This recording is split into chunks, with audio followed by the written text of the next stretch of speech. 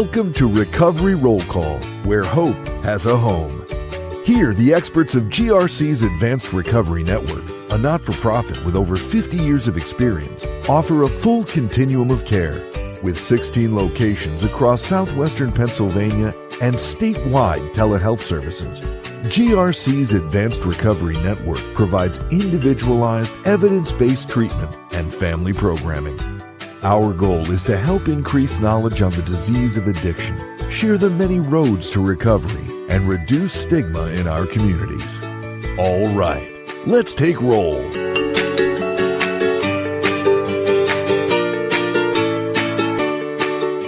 Adolescents aren't just younger adults, and their recovery needs aren't either. Today, we're exploring why treatment for teens requires a different clinical approach, different family involvement, and a different understanding of brain development and risk. Welcome, everyone.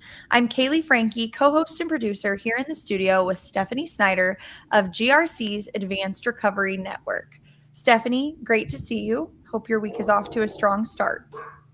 Hi, nice to see you too. Thank you. Hope yours is too. It is. I'd like to start us off with a really important topic. What makes adolescent care different from adults? So the biggest difference between the two is adolescents are still developing, not just biologically, but psychologically and socially.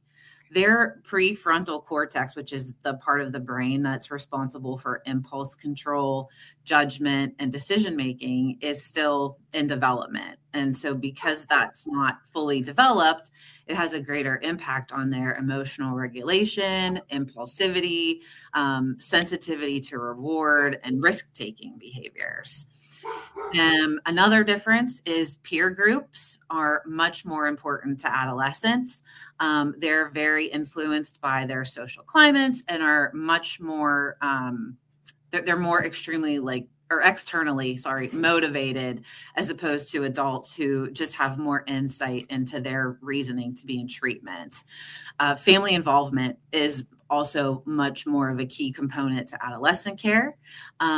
These kids they're coming back home to their parents' house after they've completed treatment.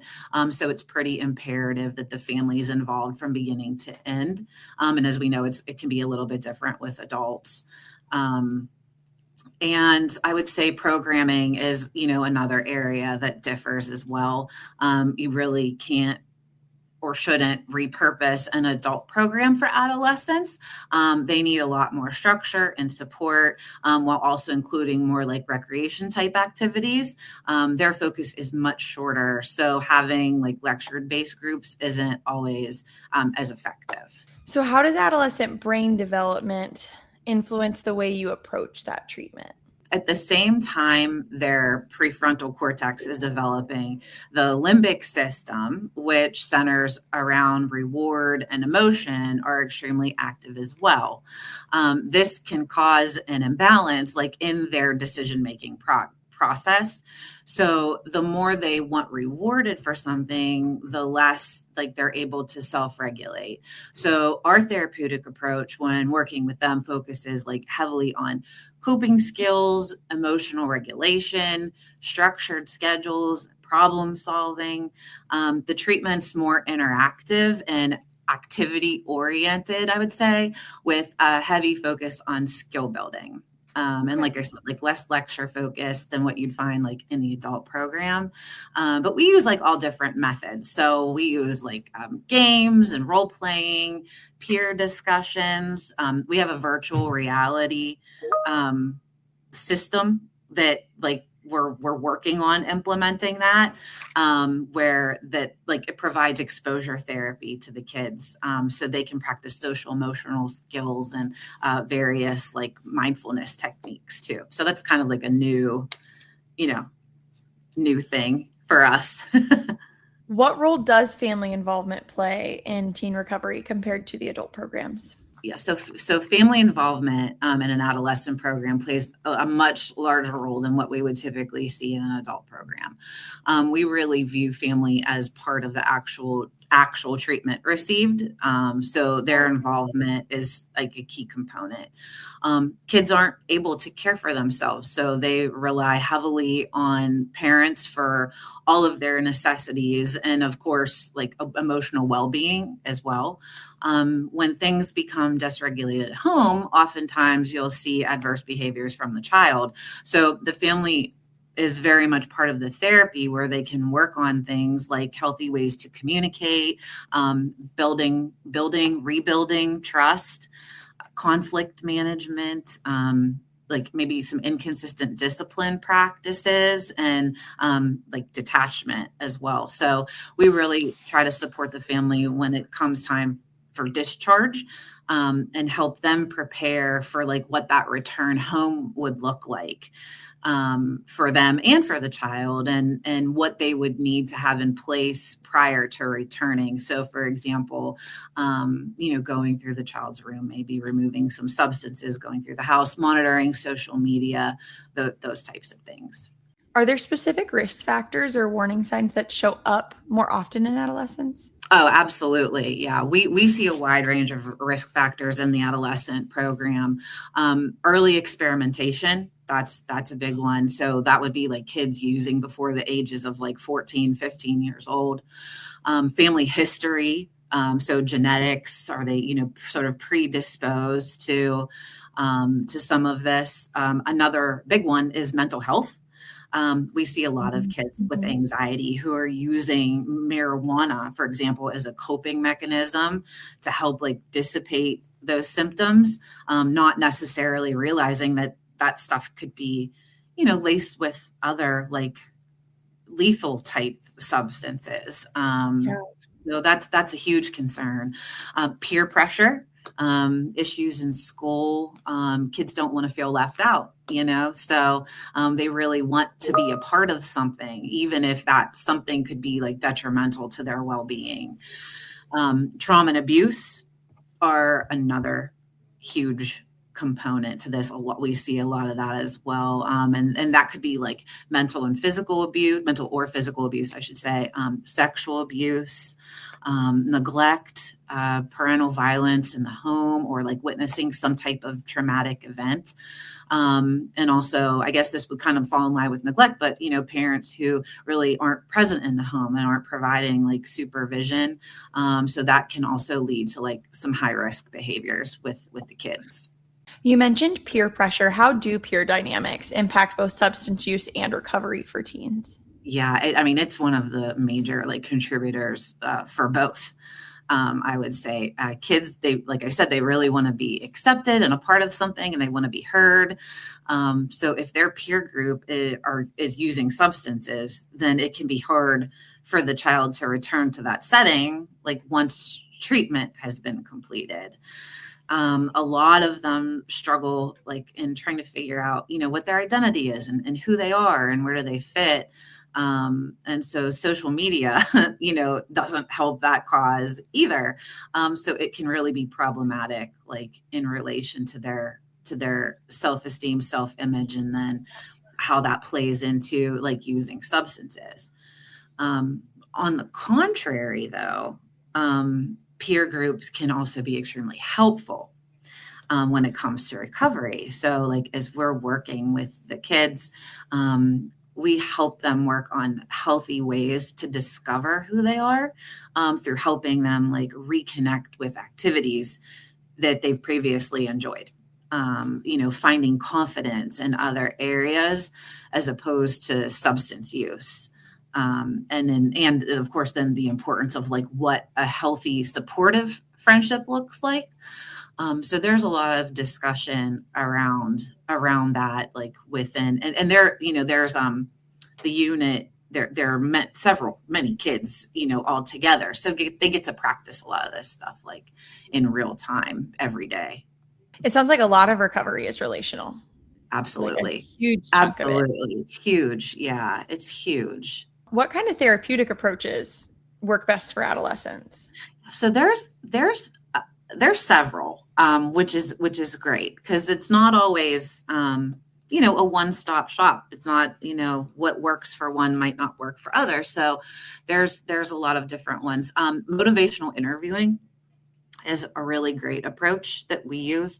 It centers on like resistance and the various stages of change, to kind of gauge like, is this, are they ready for a change? Are they thinking about a change? Have they already made a change?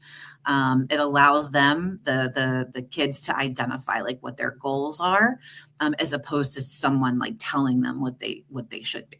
It's a very collaborative approach to treatment, that keeps them engaged. Another great practice is CBT, cognitive behavioral therapy, which we also use as well. It's another good one because it helps the child learn how to identify their own triggers and manage emotions from that. So it really provides them the opportunity to challenge some of their distorted thinking patterns and identify healthier coping strategies.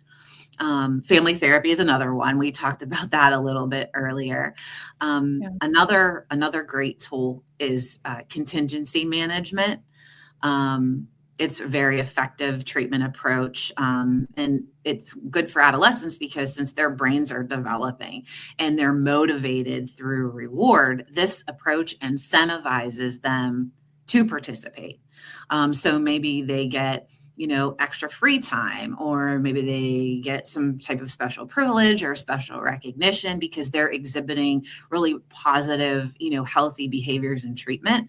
And I just like it because it really focuses on the positives and the strengths, and it's a very motivating way to work with the kids. And then lastly, which is a huge component across the board in recovery, is group therapy is super important and built into the schedule. It allows them to be with their peers. They can create some, mutual aid. Hey, I'm going through the same thing that you're going through. And it gives them the opportunity to like work on their social skills with each other. And it also helps those who might feel a little isolated. It allows them to like bring them in and slowly work on, opening up a little bit more and sharing what they're, what they're comfortable sharing. So we've talked about how recovery is relational. We've talked about types of treatment and how family is a big role in that. How do you help families set realistic expectations for progress and setback? Sure. So I think the most important and realistic way we help families through this is explaining to them that this recovery it's not a linear process. There isn't a fix all to this, and there isn't, and there are going to be like bumps on the road. So where we may be making progress, in one area, there might be another area that comes up that's identified as a struggle. And so we want to work through that, and we want them to be prepared for that. We also work with them on understanding that relapse is more of a signal that their child is experiencing something that's causing them to continue this behavior. So I think a lot of times there's like this expectation that, they're going to get into treatment, they're going to get it right the first time, and, there will be full accountability, trust is restored, and things will look perfect. But is that really realistic? I'd say probably not. They're going to have to go through a process, and that process is, rebuilding that trust and working through some of the emotional instability upon return, all the while like relearning consistency in their parenting skills. Right? Because it's about the family, not just about the child. And so this is why, parental involvement is necessary. It's key, really. Like it's key to the recovery process with the kids. That all sounds so important, and it sounds like it just makes sense to who we know teenagers are, right? Right. Right. Absolutely. Stephanie, thank you for breaking down the unique needs of adolescents in treatment. We appreciate your insight, and we'll see you next time. Thank you so much. Have a good day. Thanks for joining Recovery Roll Call. Remember, recovery isn't a destination, it's a journey. One day longer, one day stronger. If you're a family member or loved one of someone struggling with addiction, help is close by. Visit gatewayrehab.org. Call 800-472-1177 or start a live chat with our team right on the website.